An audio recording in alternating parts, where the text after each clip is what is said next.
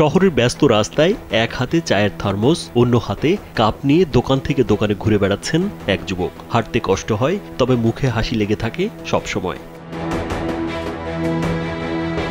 শারীরিক প্রতিবন্ধকতাকে হার মানিয়ে জীবনের কঠিন বাস্তবতার সঙ্গে লড়ছেন এই তরুণ। ভ্রাম্যমাণ চা বিক্রির টাকায় চলে তার সংসার। প্রতিবন্ধকতা নয়, মনোবলই তার মূল শক্তি। অভিবের কাছে অর্গানিক চাটা পাওয়া যায়, খুবই সুস্বাদু চা, আমি প্রতিদিনই খাই। ছোটবেলাতেই বাবাকে হারান মোহাম্মদ অভি। এরপর একমাত্র বড় বোন, সেও চলে যান না ফেরার দেশে। এখন বৃদ্ধ মা ও বোনের সন্তানকে নিয়ে চলছে তার জীবনযুদ্ধ।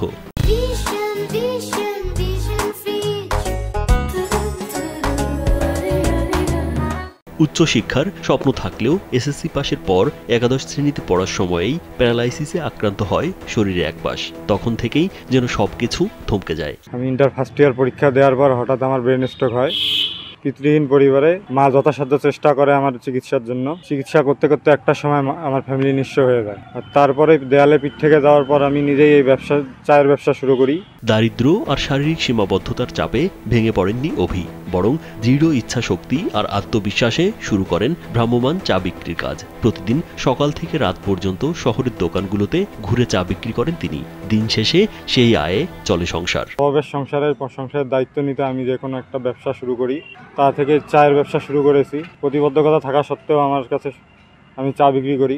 আমি অর্গানিক চা বিক্রি করি, পাশাপাশি সবাই আমার কাছে চা নেয় এবং উৎসাহ দেয়।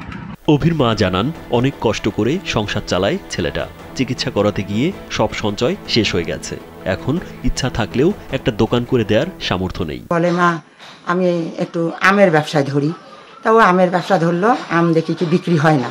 পরেও একটা ফেলাস নিয়ে আসি, আমাকে হুট করে কয় মা আমাকে চা বানিয়ে দাও, তো আমি দোকানে দোকানে নিয়ে যাই। তুমি কি মানুষ খাবে? কয় দেও। দিলাম, একটা ফেলাস নিয়ে গেল। কিছুদিন পরে আর একটা ফেলাস আনলো, কয় মা চা একটা ফেলাসের হয় না। ও এই চা বেছে নিয়ে আসে, আমরা এগুলা দিয়ে আল্লাহ সংসার চালাই। অভির ইচ্ছে নিজের পরিশ্রমে একদিন নিজের একটি দোকান প্রতিষ্ঠা করার। কারো সাহায্য নয়, নিজের শক্তিতেই স্বাবলম্বী হতে চান তিনি। আমি এই অর্গানিক চাটা 10 মিনিটেই সবাই মার্কেটের দোকানদারদের কাছে ডেলিভারি দেওয়ার একটা প্ল্যান করতেছি। এখানে 5-7 জনের কর্মসংস্থানও তৈরি হবে ইনশাল্লাহ। সমাজসেবা অধিদপ্তরের উদ্যোগে প্রতিবন্ধীদের জন্য নানা কর্মসূচি থাকলেও অভি এখনো কোনো সুবিধা নেননি। শারীরিক প্রতিবন্ধী, সে কর্ম করে খাচ্ছে, সে যে একজন প্রতিবন্ধী, তারপরেও সে যে কর্ম করে খাচ্ছে, এই জন্য তাকে সাধুবাদ জানাচ্ছি, তাকে অভিনন্দন জানাচ্ছি। এখন এই ভাইটি যদি আমার মনে করে আমাদের সমাজসেবার যে প্রতিবন্ধী ব্যক্তিদের জন্য আমরা প্রতিরোধী যে ব্যবস্থা আছে, সেটা যদি সে নিতে আগ্রহী হয়, তাহলে যদি আমাদের সাথে যোগাযোগ করে, আমাদের যেহেতু সে তার বাড়ি উপজেলা সমাজসেবা কার্যালয় সদরের আন্ডারে পড়েছে, আমরা সেখানে তাকে বলে দিব এবং সে যেন ঋণটা পায় সেভাবে তাকে আমরা সর্বদা সহযোগিতা করি। লালমনিরহাট শহরের চড়াটালি এলাকায় এক ভাড়া বাসায় বসবাস করেন সাহসী এ তরুণ। আজ যখন সামান্য সমস্যাতেই অনেকেই ভেঙে পড়েন, তখন অভি যেন জীবন্ত উদাহরণ। ইচ্ছা থাকলে জীবনের সব বাধা জয় করা যায়, এটাই প্রমাণ করেছেন এই তরুণ। সে কারোর কাছে হাত না পেতে সে নিজে রোজগার করে তার ফ্যামিলি চালাচ্ছে, তার ছোট ভাইদেরকে পড়ালেখা করাচ্ছে এবং সে নিজেও পড়ালেখা করেছে। অনেক শিক্ষিত একজন ছেলে রবি ভাই। রাজীব বিশ্বাস, কালবেলা।